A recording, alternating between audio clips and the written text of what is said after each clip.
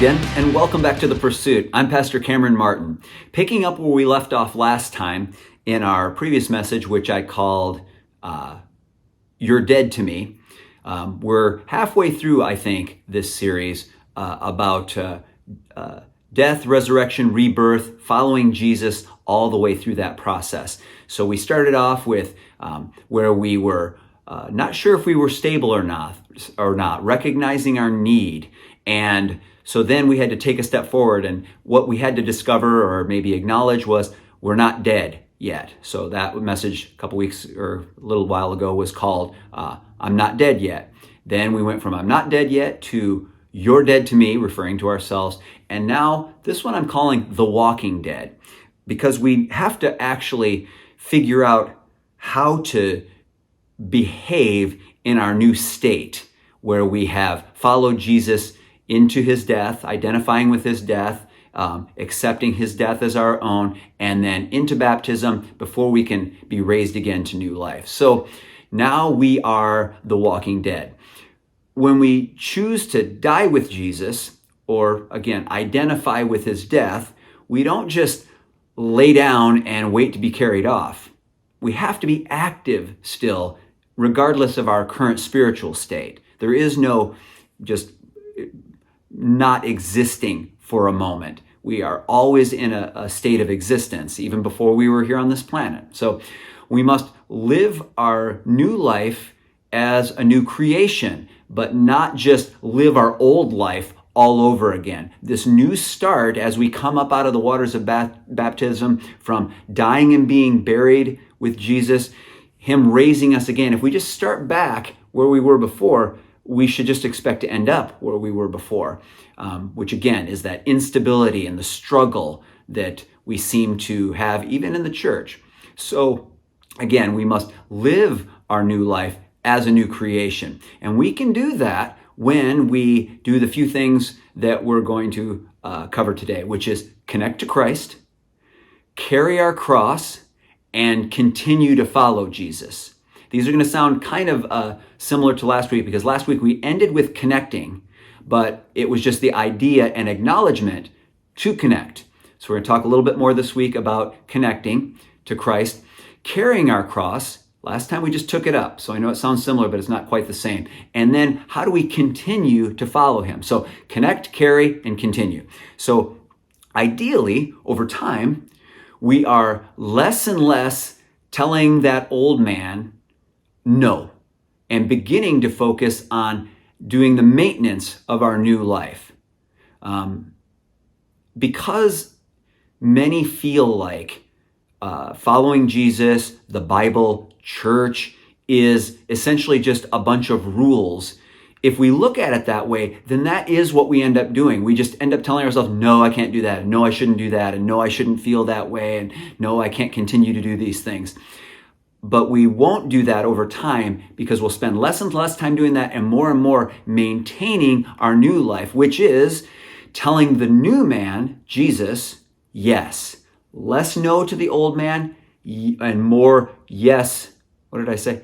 Less no to the old man and more yes to the new man, which our new man is found in Jesus. It's fueled by Jesus. It is of him. We identify in his death, and we're identifying with his life in his resurrection. So we are very much him and a part of his body in the new life, and we are fueled by him. So we are him, and what comes through us is him. What flows out of us, again, him. So we just need to focus on saying more yes to him. So again, let's start with the first part, which is to connect. Again, last week, we finished by acknowledging the need to connect to our new source of life. So today we'll focus on how we maintain that connection. So how we can make use of the life that comes through that connection if we keep it maintained and flowing. That's our goal.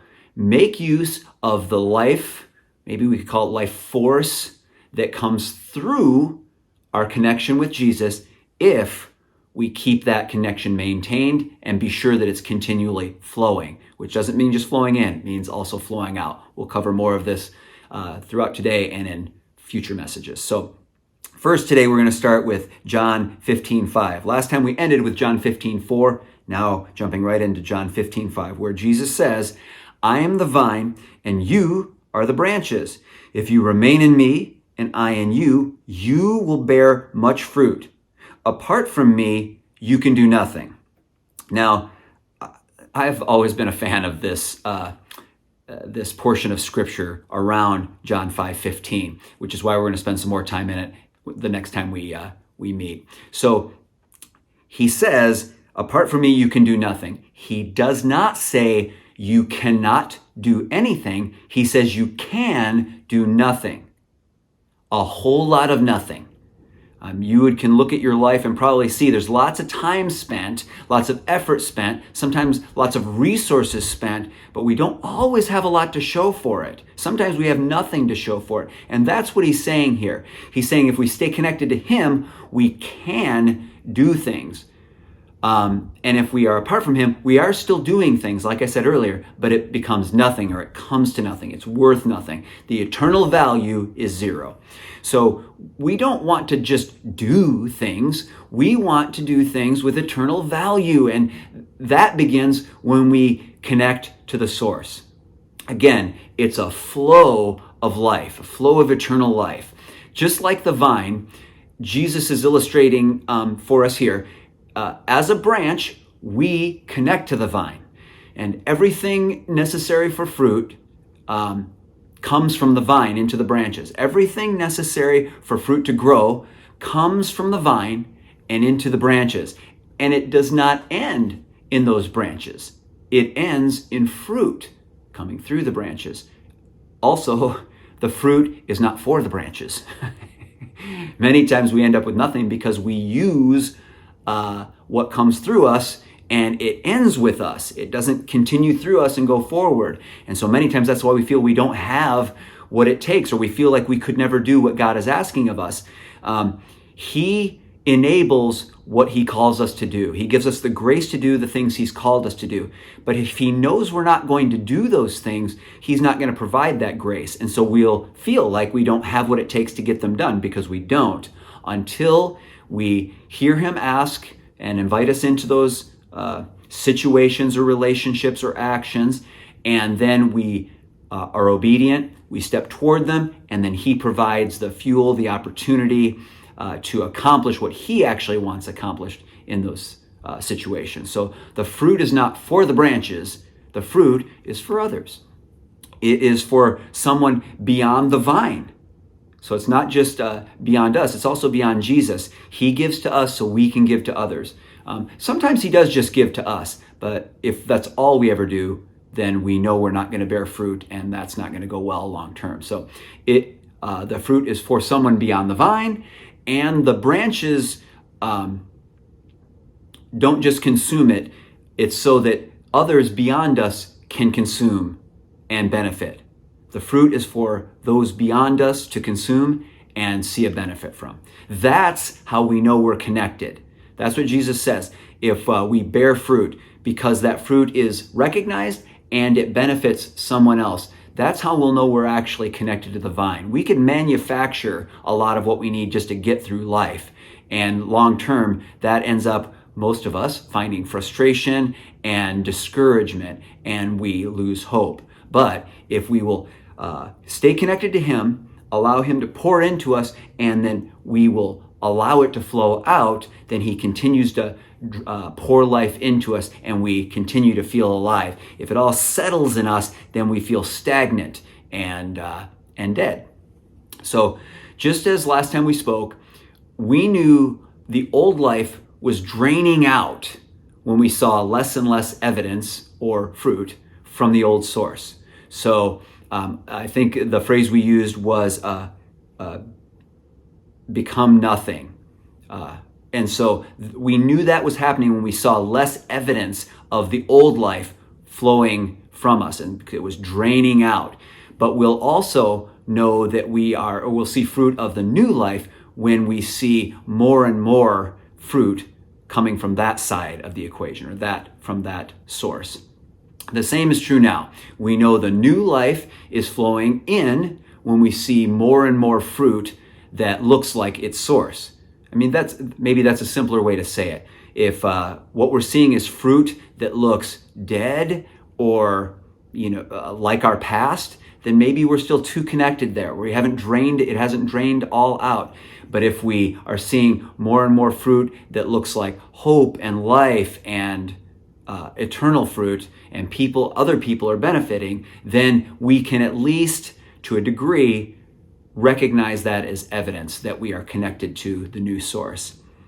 It's how we know we are still connected and the flow is unhindered as well. Because over time we might see some fruit and we might feel rejuvenated, we might feel hopeful and excited about our connection to Jesus, but we can always go back and check how connected we still are and how well that life flow is moving through us if it's unhindered. Because over time we maybe disconnect, or we stretch out the connection so it takes more to get through to us, or we bring things into our vessel, and so that flow becomes hindered and doesn't flow through as well. So we see less fruit if we are further away or disconnected, or if we start blocking up the flow.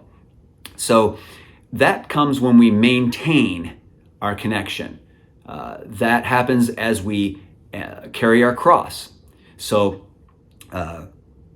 we need to connect and we need to carry. So the connect gets us what we need. The carrying our cross maintains our connection and our flow, and keeps our flow from becoming hindered.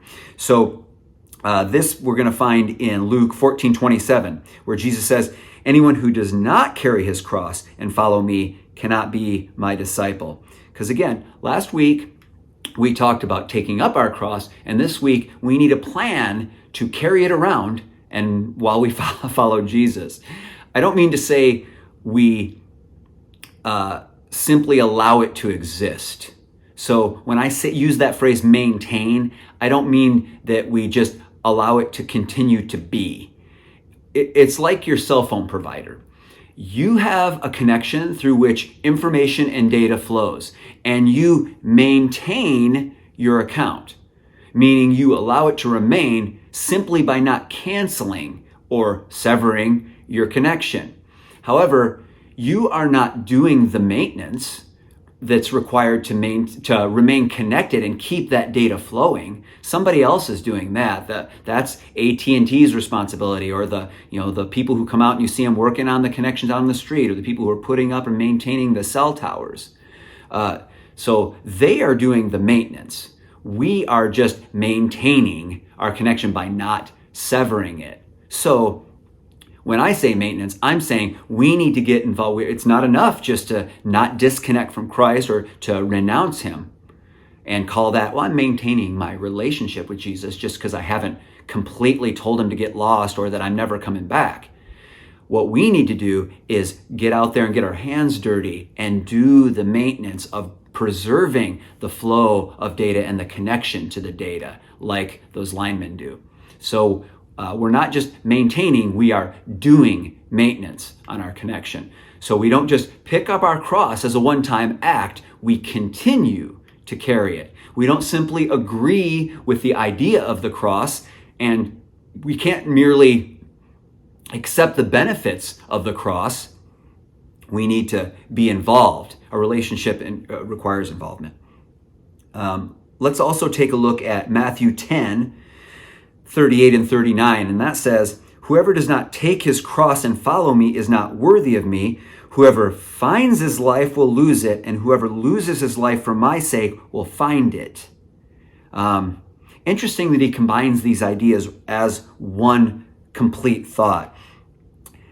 And I think this rendering is interesting because it reads, "Whoever finds his life." Did you need to find your life? We were born, we live, we have life. What would be the point? Why would he say find? What if somebody finds their life? It creates a picture of someone essentially like going about life and just stumbling across something that they didn't maybe necessarily want or know that they had lost. So the process sounds kind of like Jesus saying, pick up your cross, follow me. It kind of sounds like he's saying, hey, pick that up, carry it, follow me. And then we say, oh, hey, what's this? And we drop our cross and lose sight of Jesus. And then we realize we've lost our connection when we stumble across our life. So when he says, whoever finds his life, it's like we stumbled across our life, or our old life, which is what he's referring to. And when we did that, we dropped our cross, we stopped looking at Jesus because we're looking back at our old life. And then by the time we look up, oh gosh, where's Jesus?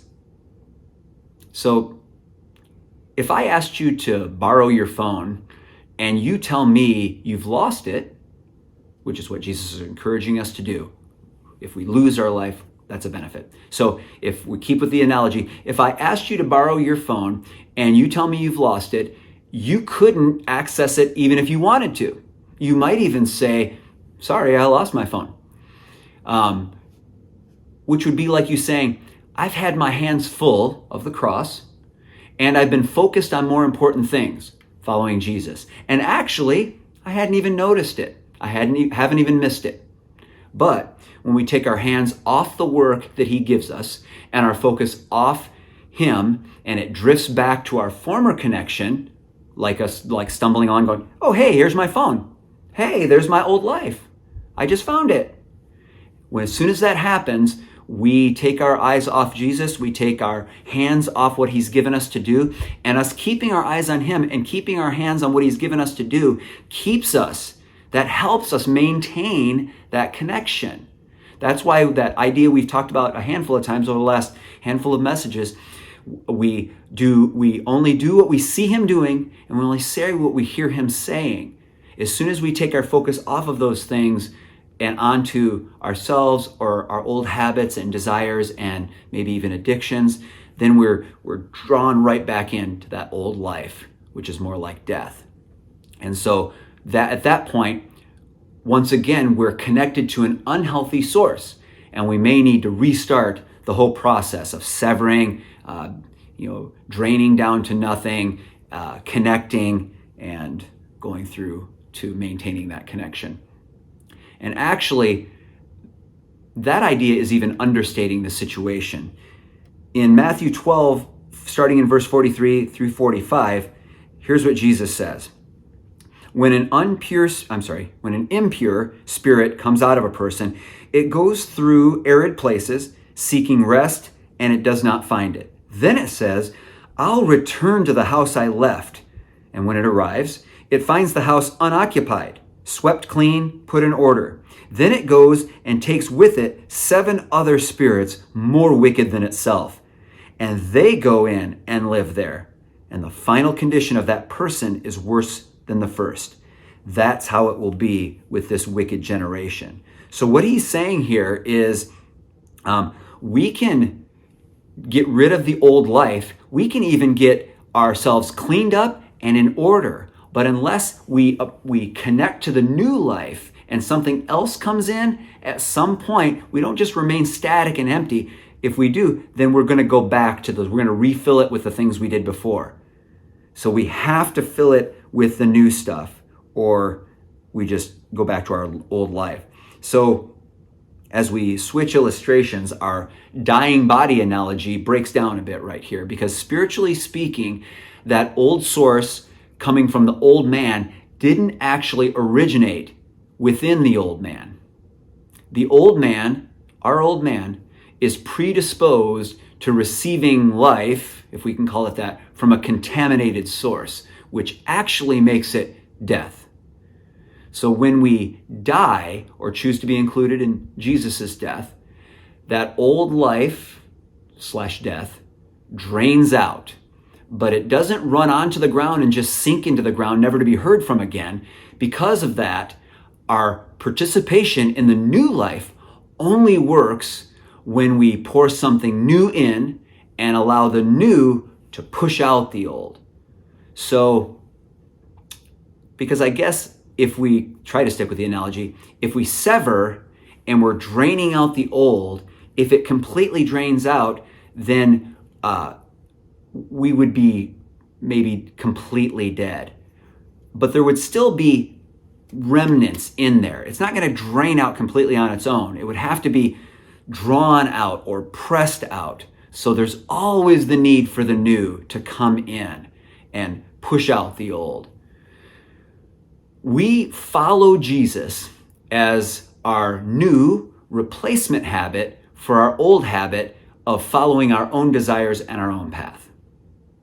So let me say that this is super important. We follow Jesus as our new replacement habit for our old habit of following our own desires and our own path. If we simply resolve not to focus on the old connection without a new connection to focus on, we're far more likely to follow our focus, which is actually still on the old life, even if we view it now as less than or undesirable. And that doesn't even take into account the fact that our old source, Satan, which fed the sinful nature in our old man, will continue to pursue us. Satan is going to continue to pursue us whether we focus on him or not. So we're not just fighting against our old man. We're not just trying to sever and separate ourselves from the death in that old body. We're also maintaining our new connection as a defense and an offense, a strategy to fend off the enemy from the outside, who is just happy as can be to be feeding that old man the contaminated life. So remember, we focus on the new, and Jesus promises to provide us with the new. Wrapping up here, Romans 6:5 says this: if we have been united with him in a death like his, we shall certainly be united with him in a resurrection like his. That's life. That's worth contending for. And we will talk more about that next week as we dig deeper into what continuing to follow Jesus looks like. Until that time, stop by jointhepursuit.net, where, among other things, you can find out how to stay better connected with us via social media. And again, I hope to see you there.